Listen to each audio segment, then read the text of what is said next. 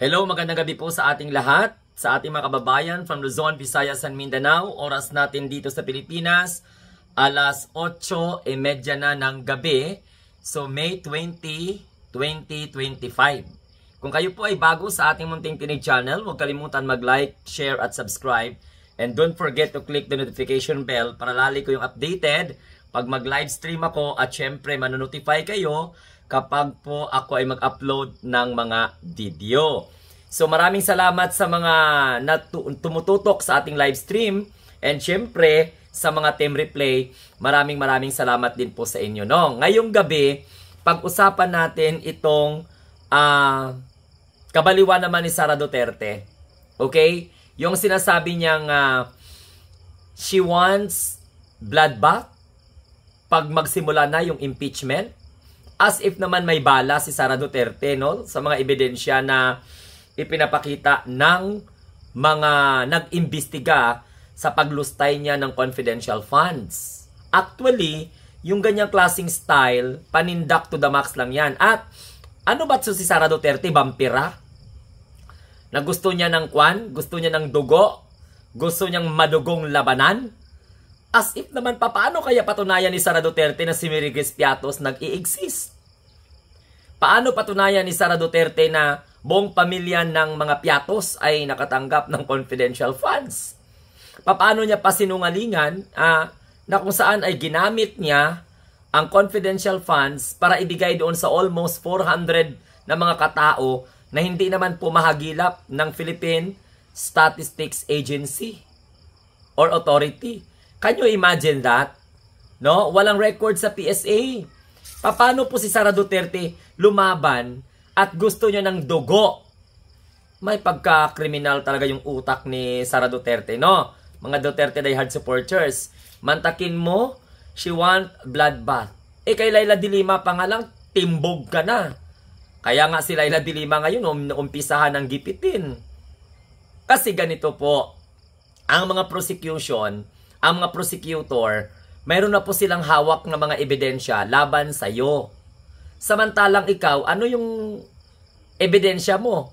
Paano mo pasinungalingan yung pagbigay mo ng pondo sa mahigit 400 katao na walang record?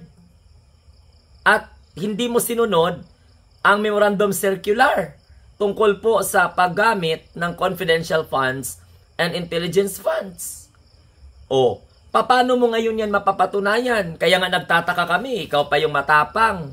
Dapat ikaw nga yung humingi ng tawad sa taong bayan dahil sa paglustay mo ng pera ng taong bayan na hindi mo ginamit sa tama. Ano ba talaga Sara Duterte?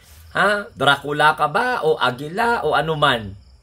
So ito, mga kamunting tinig, ang patunay na yung pagiging sarcastic at pagiging barbaric ni Sara Duterte in comes to words para palalalo ng palakasin ang kampo niya.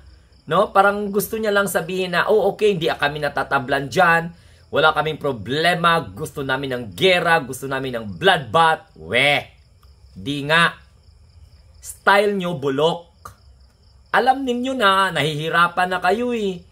Una-una, magreklamo pa sila, pinapasuspended pa sa Supreme Court yung impeachment, gustong pakialaman ng Korte Suprema yung impeachment.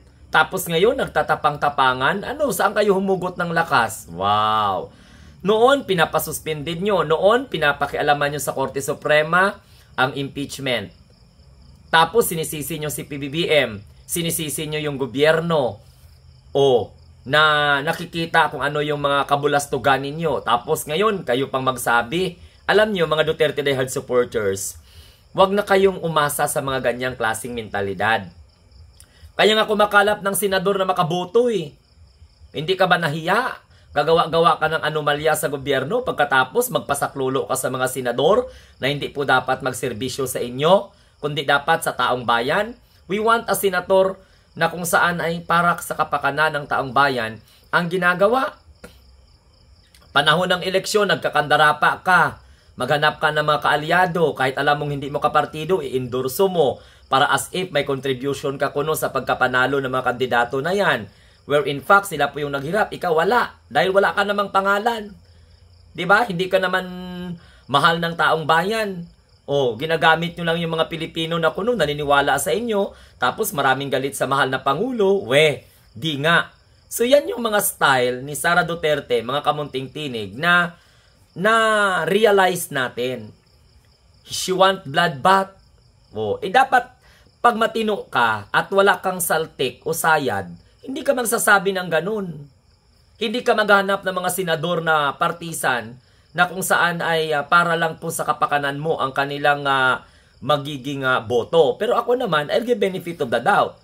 Baka darating ang panahon, pati si Bongo, pati si Bato, pati si Marcoleta, boboto para i-impeach ka dahil malalagay sa alanganin ang kanilang mga pangalan. Lalong-lalo na kung sila po ay mayroong pangbalak sa politika sa susunod na mga halalan. Diba? May mga kanya-kanyang mga aspiration yan. Tsaka ang impeachment, nakikita po ng taong bayan yan.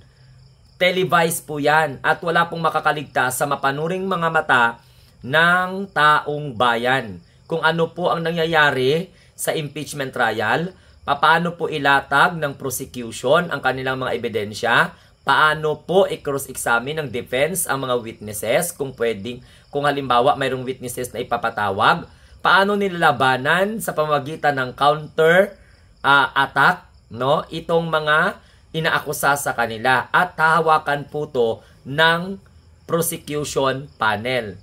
At saka kasi ang impeachment, sagrado po yan. Yan pa ay political na proseso, tapos hihingi kayo ng tulong sa Korte Suprema.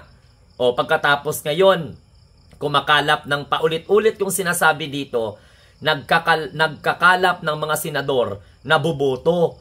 Ginawa pang mga gago at mga gaga ang mga senador.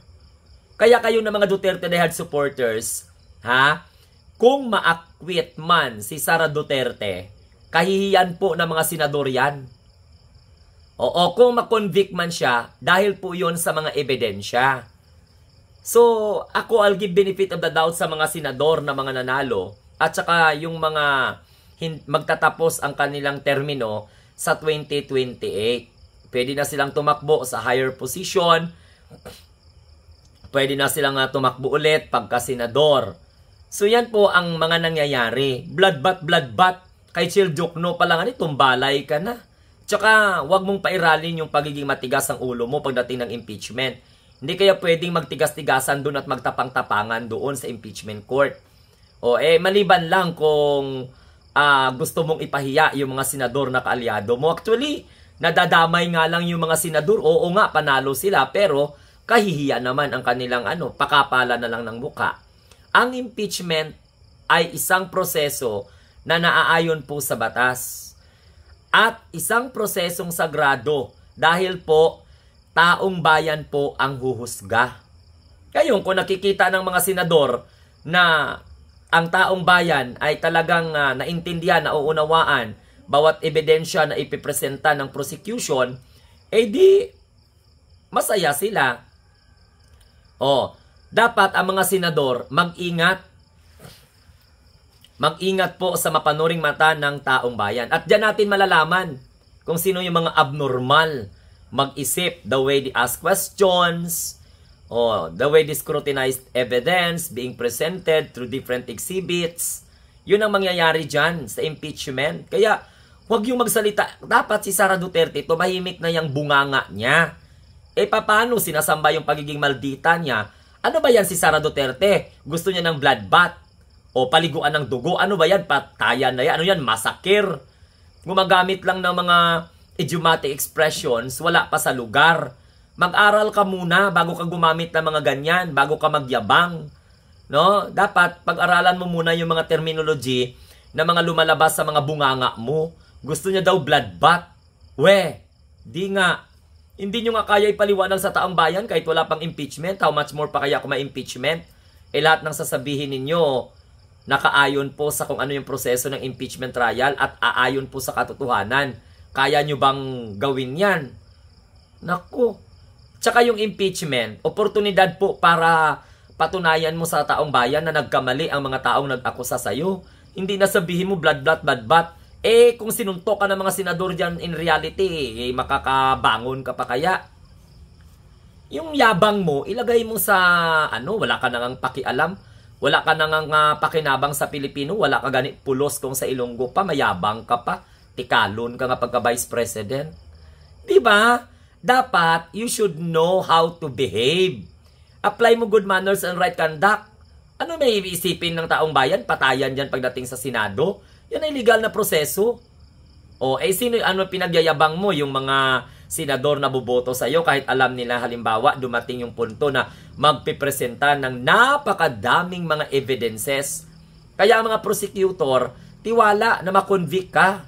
Ngayon, kung ayaw mo magpa-convict, huwag kang magamit ng mga ganyang klasalita. Gusto ng mahilig kayo sa patayan Mahilig kayo sa mga madugo na mga encounter. Gusto nyo bloodbath. Di maligo ka ng dugo habang nagkaroon ng impeachment? Oo, habang kayo nililitis, tapos halimbawa patawag yung presensya mo, maligo ka sa dugo ng mga baboy mo na mga taga-suporta na walang iba kundi yung mamasamain ng gobyerno sa katarantaduhan na paggasto mo sa pundo ng taong bayan. Napakawalang kwenta mo. Diba? O ikaw, Duterte Dayad supporters, magagalit ka pag sinabi ko yung BP nyo walang kwenta. Sa tingin nyo may kwenta niyan. Niluluko na nga ka lang kayo dyan Ilagay sa patapang-tapang, bloodbath. Edi supalpal ka tuloy kay Laila de Lima. Bloodbath mo. Hindi yun ang venue ng impeachment para mag-away. Hindi po yan ang awayan ng mga berdugo. Kayo lang ang mga berdugo kasi mga maldita at saka mga demonyeta yung mga ugali nyo. Yan ang kaayan kasi. Prone kayo sa ganyan. No? Yan ang skills ninyo. Yung magsalita, okay, sige, ganito, we want bloodbath. Iba, dapat magdasal ka. Dapat pagandaan mo yung kaso mo. Hindi na, dapat sa mga ganyan, di ka na nagpapa-interview. Paano wala mang kwenta yung mga political team mo at saka mga advisor mo. Kaya, bawat buka ng bibig mo, bumibirang sa iyo. Bloodbath. Ano ka, aswang? Ano ka, vampira, higupin mo lahat ng mga dugo ng mga senador dyan. Sino ba naman ang may nagsabi na may labanan dyan? Labanan sa ano? Ka-abnormal nga mentalidad. Kasalanan mo yan, dinamay mo pa yung gobyerno. Dapat ka man talaga ma-impeach dahil ng una, walang kang kwenta. Pangalawa, walang pakinabang ang taong bayan sa'yo. Pangatlo, 7 article of impeachment ang kakaharapin mo. You are an impeachable officials. Dapat iningatan mo yung position mo. Hindi dahil sa patapang-tapang ka. Kung halimbawa may bumili ng tapang mo, hindi mapahiya ka. Bubita nga pagka-BP. Yan ang palagi kong sinasabi dito. Tapos, ganito pa. Kapag makomentaryuhan ang mga didishits ng mga abnormal, tawag ko natin siguro kay Sara Duterte, vampira. Kasi gusto niya maligo sa dugo. Diba? Vampira siguro yan kasi gusto ng bloodbath. Hindi nga kayang pasinungalingan, daan-daan sa tapang-tapang. Abno nga pagka vice presidente. Halo?